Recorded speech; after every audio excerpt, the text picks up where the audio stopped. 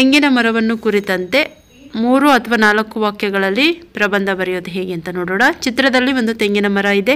ತೆಂಗಿನ ಮರವನ್ನು ಕಲ್ಪವೃಕ್ಷ ಎಂದು ಕರೆಯುತ್ತಾರೆ. ಈ ಮರ ನಮಗೆ ಎಳನೀರು ನೀಡುತ್ತದೆ. ತೆಂಗಿನ ನೀರು ಕುಡಿಯಲು ನೀರನ್ನು ನೀಡುತ್ತದೆ. ತಿನ್ನಲು ತೆಂಗಿನಕಾಯಿ ನೀಡುತ್ತದೆ. ತೆಂಗಿನ ಸೆಣಬು ನೀಡುತ್ತದೆ. ತೆಂಗಿನ ಎಣ್ಣೆಯನ್ನು ನೀಡುತ್ತದೆ. ತೆಂಗಿನ ಮರವನ್ನು ಕುರಿತಂತೆ ಸರಳವಾದಂತಹ 5 ಅಥವಾ 4 ಅಥವಾ 5 ಸಾಲಿನ ಪ್ರಬಂಧ ಬರೆಯೋದು ಹೇಗೆ ಅಂತ ನೋಡ್ತಾ ಇದ್ದೀವಿ. ತೆಂಗಿನ ಮರವನ್ನು ಕಲ್ಪವೃಕ್ಷ ಎಂದು ಕರೆಯುತ್ತಾರೆ. ತೆಂಗಿನ ಮರದಿಂದ ನಮಗೆ ಎಳನೀರು ಸಿಗುತ್ತದೆ. ತೆಂಗಿನ ಗರಿಯಿಂದ ಚಪ್ಪರ ಹಾಕುತ್ತಾರೆ.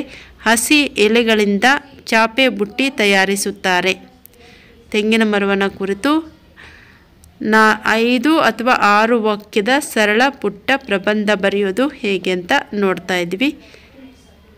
ಸಣ್ಣ ಸಣ್ಣ ವಾಕ್ಯಗಳ ಮುಖಾಂತರ ಪ್ರಬಂಧ ಬರೆಯೋದನ್ನು ಅಭ್ಯಾಸ ಮಾಡ್ಕೊಳ್ಳೋದ್ರಿಂದ ಎಸ್ಸೆ ರೈಟಿಂಗ್ ಬರೆಯೋದು ಐಡಿಯಾ ಬರುತ್ತೆ. ಇದು ತೆಂಗಿನ ಮರ. ಇದು ತಿನ್ನಲು ತೆಂಗಿನಕಾಯಿ ನೀಡುತ್ತದೆ. ತೆಂಗಿನ ನೀರು ಕುಡಿಯಲು ನೀಡುತ್ತದೆ. ತೆಂಗಿನಕಾಯಿಯಿಂದ ತೆಂಗಿನ ಎಣ್ಣೆಯನ್ನು ತಯಾರಿಸಬಹುದು. ತೆಂಗಿನ ಬೇರುಗಳನ್ನು ಔಷಧಿ ಮಾಡಲು ತಯಾರಿಸುತ್ತಾರೆ.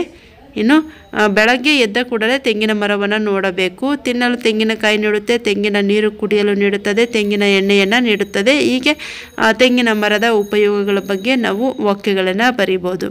ಮೊಟ್ಟ ಮೊದಲಿಗೆ ನಾವೇನು ಚಿತ್ರ ನೋಡ್ತಾ ಇದ್ದೀವಿ, ಇದು ಒಂದು ತೆಂಗಿನ ಮರ ಅನ್ನೋದನ್ನು ಸ್ಟಾರ್ಟ್ ಮಾಡಿ.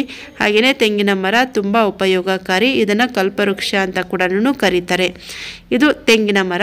ಇದು ತುಂಬ ಎತ್ತರ ಬೆಳೆಯುತ್ತೆ. ಇದು ನಮಗೆ ತೆಂಗಿನಕಾಯಿನ ಕೊಡುತ್ತೆ. ತೆಂಗಿನ ಮರ ಬಹಳ ಎತ್ತರವಾಗಿ ಬೆಳೆಯುವಂಥ